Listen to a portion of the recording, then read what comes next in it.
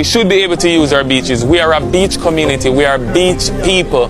We're a small island surrounded by water. Jamaicans can no longer access their own beaches. This is where they work. Say they don't have a other job. They don't have nothing else to turn to. Tourists can pay for exclusive access to beaches at all-inclusive resorts, but everyday Jamaicans are increasingly being blocked out of them. When you push a fisherman from a beach, where did you want him to go? We are living in between waters, and we have no access to a beach. Some Jamaicans are organizing to take down the colonial-era land laws that still affect them today. Jamaican came into emancipation landless and homeless, and that problem have not changed in Jamaica. And they're suing companies for cutting off their access to the beaches. And we also will not stop until the entire Jamaican public is able to access the beach freely. From being an inflation country in the Caribbean and in this wonderful planet, it is such a big shame that Jamaicans cannot access their own beaches. First time viewers and subscribers, I'm Marvin, and please and kindly, if you're not a robot, kindly hit the subscribe icon below and follow my page. I believe robots cannot subscribe, but all of us are humans, and kindly let's subscribe. If you find this video educative, of value and of essence, you can as well share it to your family and friends so that they can know what is going on in Jamaica and around this wonderful planet. Most of all, like this video up. On today's episode, we will focus in Jamaica. Why can't the Jamaican people access their own beaches? It is because of the Beach Control Act of 1956, which gave the British Crown colony over the Jamaican beaches. If you want to own a beach in Jamaica, you will need to get a report from the Prime Minister of Jamaica. Up to now, this is modern slavery at its best. We are all here to uplift the Jamaican people. We want them to get their Jamaican beaches back. It is so sad. It is such a big shame to the Jamaican government. The Jamaican government, this shows you how corrupt you are. You don't care about your people. You should always look on the welfare of Jamaicans. On the following video, it is a personal experience of a Jamaican citizen who visited a beach, a public beach, but he was denied entry into the beach because the people who were guiding the beach clearly told the person, you cannot take a video in this beach. All around Jamaica, you can see the beach is fenced because it is believed to be of private property. There is unemployment in these beaches because when national or a foreign western company buys a public beach, it will fence it. It will create employment to the people who are abroad, not the community living or residing around the Jamaican beach. Also, let's create awareness. Let's stand hand in hand with Jamaicans. This is a war that started way back since colonizations. Up to now, Jamaica is an independent country, but now they cannot access their own beaches. Let's watch the following videos I've compiled, and we'll come back at the end and support and uplift the Jamaican people. This war needs to end. The Jamaican people needs to proclaim and claim back their land. Let's watch the following videos, family. Alright, this beach thing is getting out of hand. Listen to this story. So yesterday, I was at Harmony Beach. That's in Montego Bay, right?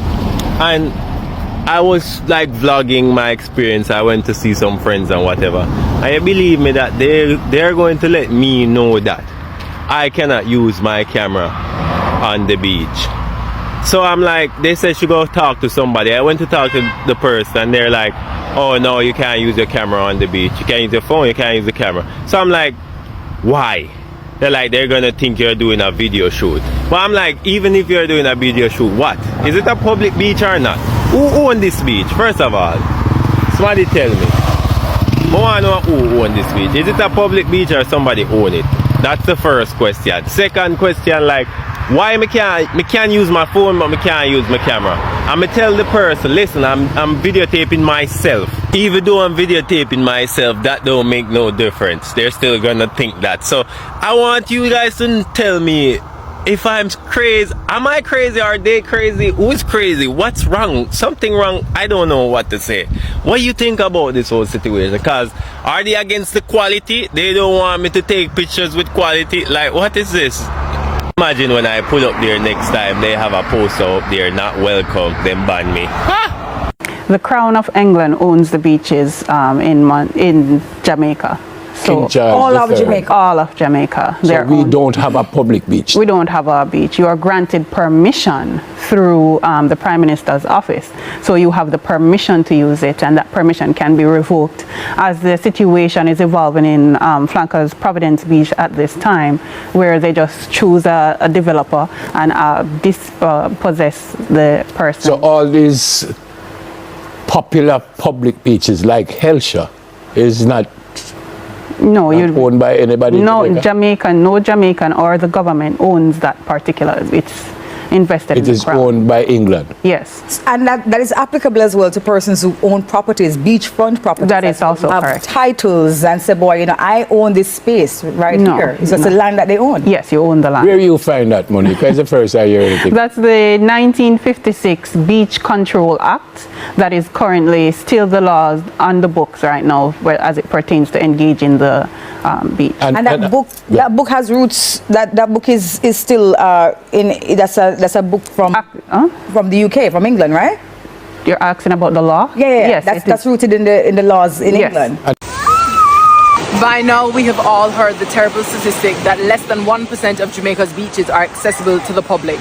But I just wanted to remind you that when next you come to Portland for the best Jamaican jerk of your life, there is a beach called Winifred Beach, not too far away from Boston. And basically here they will ask you for a donation to contribute to keeping the beautiful beach clean. And that donation is at your discretion. You can pay as much or as little as you think you can or you think you see fit. But this is an amazing opportunity to enjoy Jamaica's coastline. We have been here all day. The sun is going to be setting soon, so do not get confused by the clouds. My girls and I have been in the water. We've enjoyed the waves. We have enjoyed the cool, therapeutic seas and the beauty that Jamaica has to offer. Of course, we hope that the beach situation will be resolved very, very quickly. But until then, this is a reminder that you can come to this beach, and I'm sure there are others. I will stay on the hunt for us to enjoy the beauty that Jamaica has to offer. And yes, it should be for everyone.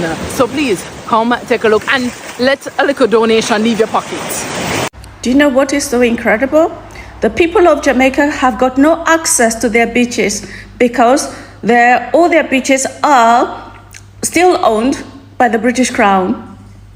I said that again. The people of Jamaica have got no access to their public beaches in their own country because the beaches in their country are owned by the British Crown.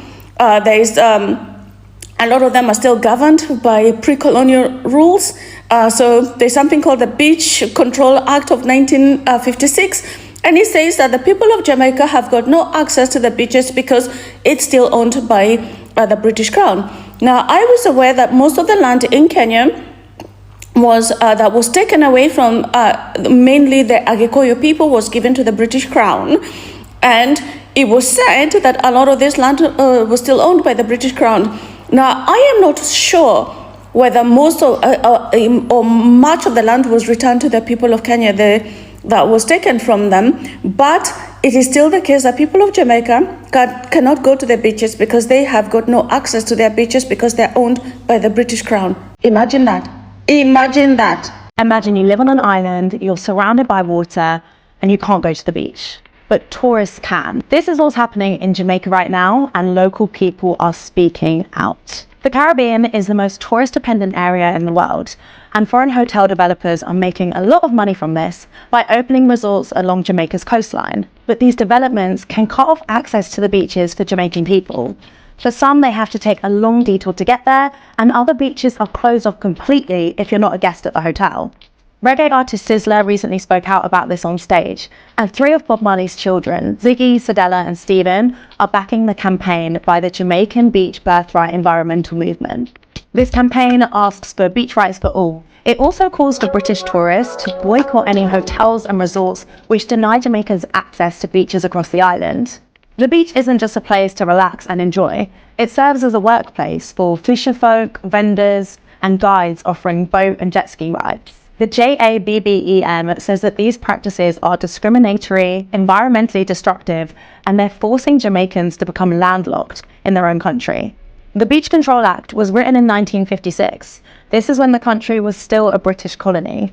This means that by law, the hotels have no legal obligation to keep the beaches open and accessible. Whilst Caribbean governments are looking for foreign investment, they're reminded that it shouldn't come at the cost of local people's income, convenience, and well-being. Imagine you're Jamaican, you're born and grown in your country, and you live on one island in the middle of the Caribbean. The closest country to you is hundreds of miles away. So nobody not there around you, and you not have no access to your own beach. That means you're locked in your own country. You're turning a slave back in your own country. That is because of the 1956 Beach Control Act in Jamaica. The Beach Control Act of 1956 basically states that all of these colonizers like England, France and foreign corporations have full control to we beaches them, and them lock out all of the Jamaicans them. This is why we're telling us that don't stay at the all-inclusive resorts them when you come to a country, because we are actively fighting to get rid of this law, to get rid of them, feed them power in our country, and to stop the corruption in our government. You want support? We stay at the local hotels, villas, houses, apartments, condos, very safe places and very fun places for now. So if you don't want to support Jamaicans them directly, don't stay at the all-inclusive when you come to a country. Did you guys know that less than 1% of Jamaica's population has access to their beaches in Jamaica? Actually, the number is 0.6% of Jamaica's population to be exact. And why? Because of colonization. Foreign companies have bought out all the beachfront properties in Jamaica, limiting and preventing access of local indigenous Jamaicans from accessing their beaches, their own beaches. And you might be thinking to yourself, well, the hotels and resorts that are getting built is probably creating jobs and it's creating, tourism, which is creating economic wealth for the country. Actually, 80% of the wealth created from tourism in not just Jamaica, but all of the Caribbean is moved to Western and foreign countries. I guess this is so triggering for me because oftentimes I hear people who will go to countries like Jamaica and go, oh, there were too many people selling me things on the beaches and it was just so annoying. Actually, a lot of those people who are selling you souvenirs and trinkets on the beaches used to be fishermen. They used to be independent. But because of hotels and resorts buying up the beachfront properties, they have to resort to selling you rides on jet skis and selling you souvenirs. When we're talking about Jamaica specifically, it's not just beachfront properties that are being purchased by foreign countries and foreign companies. It's also the fact that Jamaica is the world's leading exporter of bauxite, which is the ore of which aluminum comes from. And foreign companies have been mining Jamaica's land for bauxite. And it has taken a toll on the land and its people. And now that it's depleted the land, they're looking to move to more ecologically friendly areas of Jamaica's island. A country that is dependent on tourism for economic stability is a country that is still enslaved, and Jamaica is one of many countries. I mean, this is happening to Puerto Rico, this is happening in the Philippines, it's happening in Thailand, it's happening in Bali. The global south is for purchase.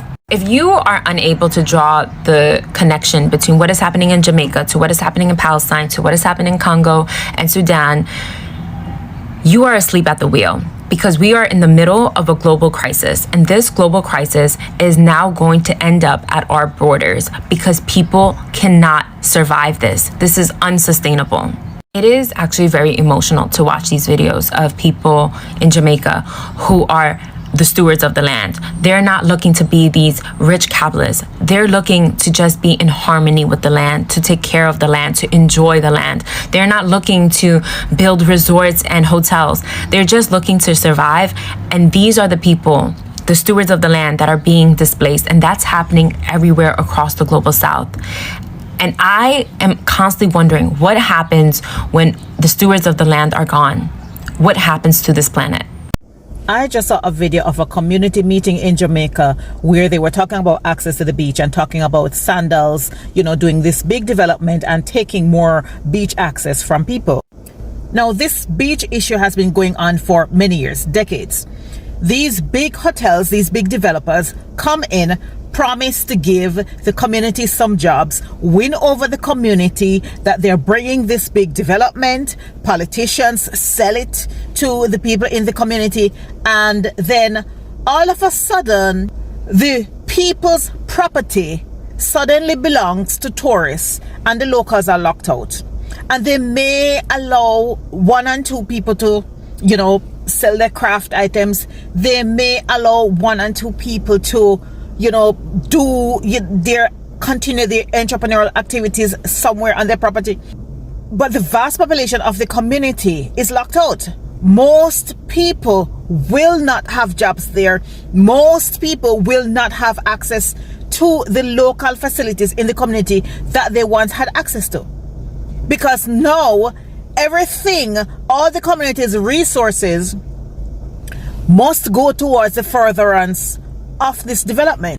Now, I think I've articulated my thoughts already in previous videos about how I feel about these developers, whether they're local or foreign, and whether they are of any real benefit to the local community. But what I really want to say is this. I think that we have seen this pattern far too many times for us not to know how to handle it.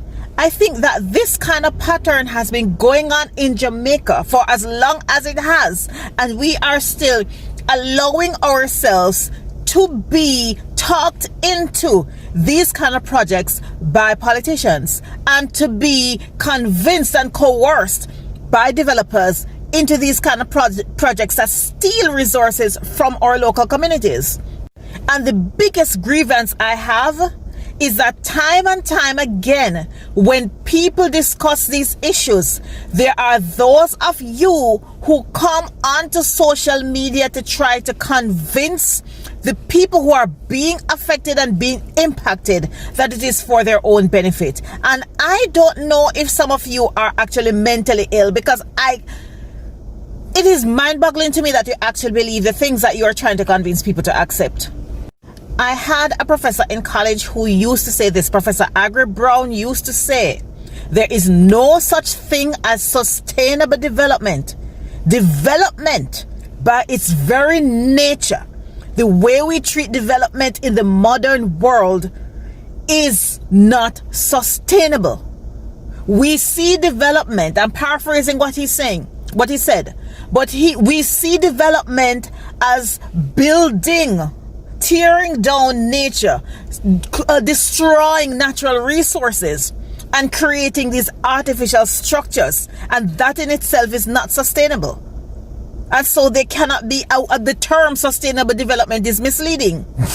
So many of you Jamaicans have been misled. You've been misled by your politicians, and you've been misled by local corporations. You've been misled by foreign investors. You've been misled by everyone. And now you are misleading yourselves by defending the very people who are exploiting you. And I am at the point now where I even am really not even motivated to do certain kind of content anymore, because I'm preaching the same thing over and over again to people who I want to see have their rights, but they don't really want to have rights. They are okay with being exploited and being subjugated and having their resources stolen. And I am so proud of the people who stood up in that meeting and spoke out, but a lot of you are doing the opposite and welcoming your own exploitation. Up to now, how do you feel about the Jamaican people? The Jamaican people living in Jamaica? Kindly share your response. How is the situation in Jamaican beaches? We all know up to now, Western civilization is still at hand. But this is such a big shame to the Jamaican people and to the Jamaican government. Why would you allow your people to lag behind in poverty while you enrich yourself? You sell property to Western countries, leaving behind your people. Also, the most famous, the Bob Marley beach, which is a public beach in Jamaica, I hear sources say it is up for sale. Is it true? Is it true when we say that people are beginning to be evacuated in the Bob Marley beach, which was set aside for the public? Jamaica is a country surrounded by water, which means it is an island, which shows you how these people are into fishing. While when you deny the people access to this beach, they will not get access to the waters. That means they will not get access also to fishing. They will always lag behind. This is a livelihood of Jamaican people. They need to fish, they need to get money. And this, I believe, is the main source of income for people residing around these wonderful beaches. On the social media, the Jamaican people are always crying. The world is here. We are all here to shame your government. We are all here to uplift the Jamaican people. They need to get their public land and beaches back. Western civilization needs to come to an end. The British colony should give the Jamaican people back their land. They need to support local tourism. And in this video, we clearly hear, when you go to Jamaica, kindly do not attend or do not stay in luxurious hotels. Kindly look for resorts that support and uplift the local based tourism and local based people residing along these beaches, because the Jamaican people are denied access into their own beaches. The lands are fenced, high walls, no access at all. Why is this happening? Is this the right way to go in the Jamaican people? Your president is corrupt. He doesn't care about the Jamaican people, but I will create awareness to this wonderful planet. This video needs to get views. It needs to go viral so that the Jamaican people can get the rightful ownership of their beaches. They are the true inhabitants of the Jamaican beaches, not the Western countries and foreign countries who come and pay the government money so that they can privatize your beaches. Also, let's shame this president of Jamaica. You should look into the welfare of Jamaicans. Do not let the Western civilization get rid of your people. They love you, but kindly let's stand hand in hand with Jamaican people so that they can proclaim their land back. Let me know your response on the comment section below about this episode. Why is it so hard for Jamaican people to access their own beaches? Have you been to Jamaica? What's the experience over there? We are not here to downgrade Jamaicans. We are only here to uplift these people. See you on the next episode, and remember, don't forget to like, subscribe and share, and I will keep you more updated on what's happening in this wonderful planet. Thank you for watching. See you on the next episode.